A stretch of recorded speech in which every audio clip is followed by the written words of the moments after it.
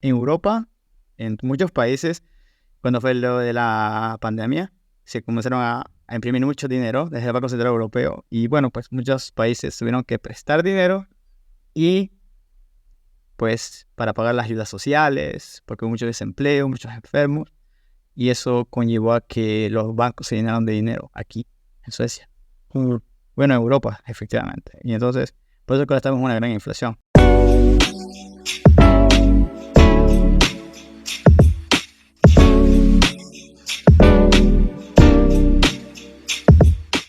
Pero es muy interesante. A mí me encanta la economía nacional porque puedes analizar muchas cosas alrededor de regiones en el mundo y se puede hacer dentro de lo que es lo macro y lo micro, ya que lo macro vendría a ser entre regiones, países, economía mundial, y micro es más algo así como más dentro de lo empresarial.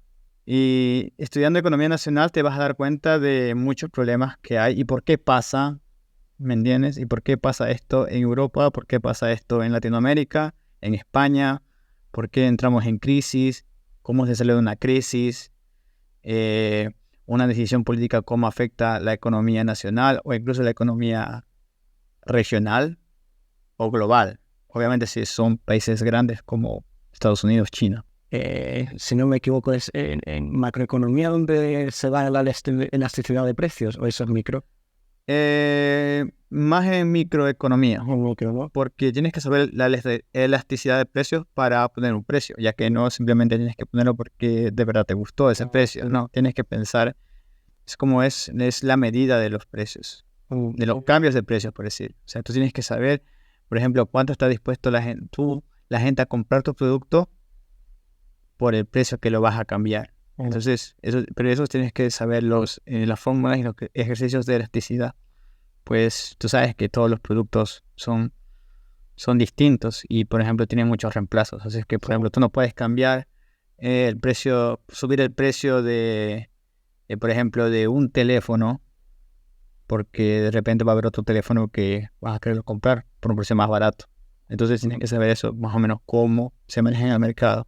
Y pues sin duda, a mí esa clase de conocimiento pues faltaba para, ahora que lo pienso, esto en finanzas internacionales, donde hemos tenido que hacer ejercicios de cómo afecta el cambio de divisas, el cambio de precio de un producto que, por ejemplo, de un producto que se produce en un país y luego lo tienes que, luego se vende, se importa en otro país, ¿no? Y eso te da mucho en macroeconomía. En macroeconomía te enseñan a ver cómo se trabaja en las importaciones y exportaciones dentro del país, ya que muchas personas, bueno, piensan, bueno, yo también anteriormente yo pensaba que, por ejemplo, si un país, ¿para qué vas a tener que exportar tu producto a otro país si lo puedes vender en tu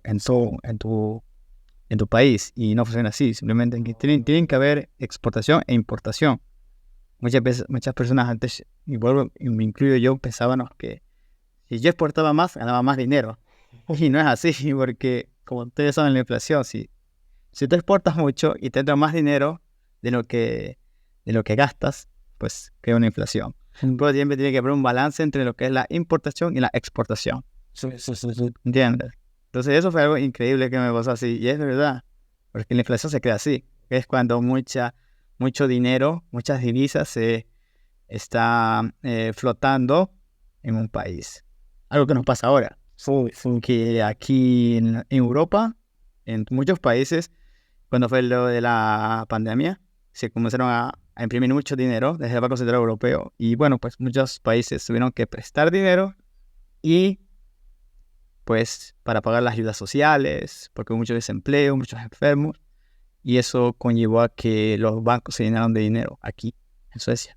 Bueno, en Europa, efectivamente. Y entonces, por eso que ahora estamos en una gran inflación. Claro, como consecuencia de la inflación, para para combatir esta inflación, lo que se hacía era subir los tipos de interés en los bancos. Claro, es que eso es lo que hacen como para frenar, Efectivamente, se desincentiva a la gente pedir préstamos de banco. Porque si no, no, es que es la única forma. y de esa manera es lo que conlleva que la economía baje. Como yo una vez te conté hace unas semanas atrás, pues la economía siempre tiene que fluctuar. Y ahora estamos ya en...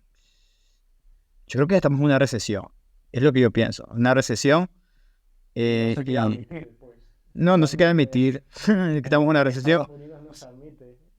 Claro. Banco, ¿cómo se llama en Estados Unidos? El Banco Central, no, el Reserva Federal. La Reserva Federal. No, ya no sé si han cambiado de punto de vista, pero no hace mucho decían de que no se encontraba en recesión. No. Yo creo que deberíamos estar en una recesión ahora mismo. Se nota, o sea, se nota porque tú ves que la gente gasta menos. Es que la gente gasta menos.